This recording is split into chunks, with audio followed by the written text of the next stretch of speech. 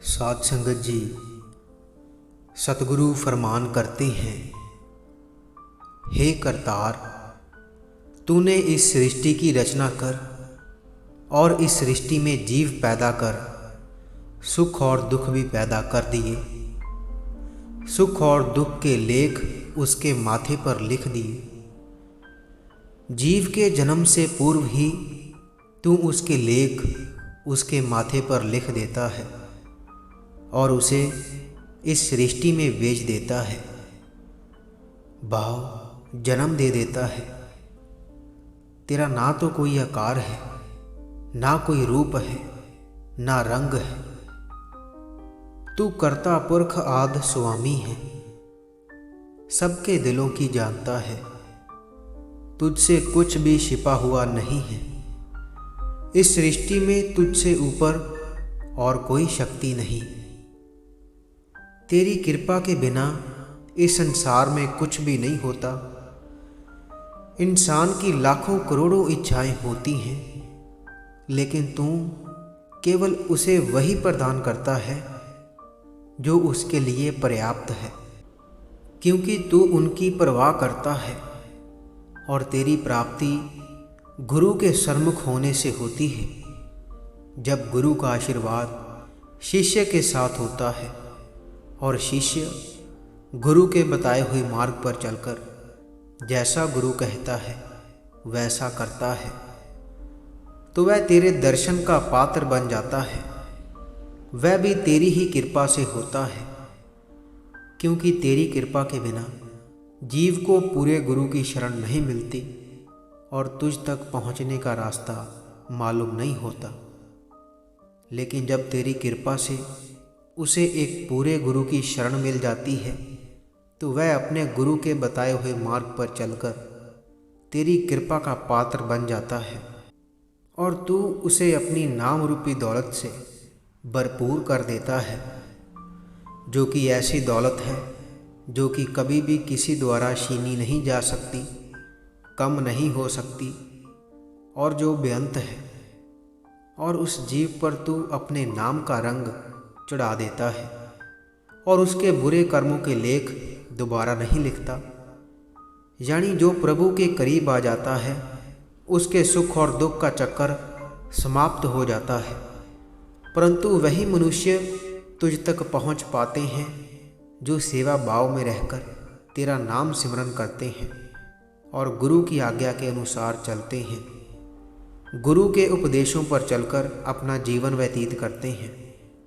यहाँ पर सतगुरु हमें यह समझाने की कोशिश कर रहे हैं कि हमें करतार की प्राप्ति उसके द्वारा ही, उसके आशीर्वाद से ही हो सकती है, क्योंकि उसकी कृपा के बिना पूरा गुरु नहीं मिलता।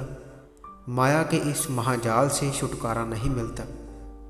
और सतगुरु कहते हैं कि अगर एक बार भी हमें पूरे गुरु की शरण मिल जाए और हमारा उस करतार के साथ मिलाप हो जाए, तो हमारे सुख और दुख का चक्कर समाप्त हो जाता है।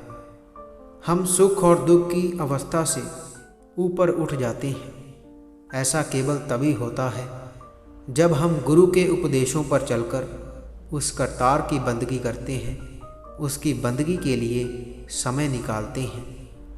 सुख और दुख तो मानवीय जीवन का एक हिस्सा है। यह तो संभावित रूप से आते जाते ही रहते हैं। इनके आने का भी एक कारण है, जो कि करतार से दूरी है। जैसे जैसे जीव पूरे गुरु की शरण लेकर नाम अभ्यास करता है, वैसे वैसे ही दुख उसके जीवन से दूर होने लगते हैं और आनंद प्रगट होने लगता है। सत्संगत जी, बाबा फरीद जी अक्सर अपनी अरदास में मालिक के आगे ये कहा करते थे कि हे मालिक, मुझे दुख देते रहना, मुझे दुख देते रहना। तो एक दिन अरदास के समय किसी ने उनकी यह अरदास सुन ली और उनसे प्रश्न कर दिया कि आप अरदास में ये क्या कह रहे हैं कि मुझे दुख देना, जबकि सभी लोग अरदास में सुख मांगते हैं, लेकिन आप उस अल्लाह के आगे दुख की मांग कर रहे हैं, ऐसा क्यों? तो वहाँ पर बहुत ही सुंदर तरीके से बाबा फरीद जी ने उस अल्लाह की याद में ये वचन कहे थे कि मैं अपनी अरदास में दुख की मांग इसलिए करता हूँ क्योंकि केवल दुख ही है जो मुझे उसकी याद दिलाता है।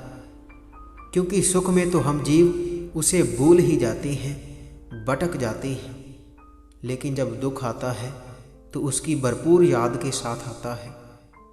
हम उसको पुकारते हैं, उसको पुकार लगाते हैं, उसको याद करते हैं, और जिस क्षण उसको याद किया उसी क्षण दुख का कोई ठिकाना नहीं रहता और वह प्रगट हो जाता है।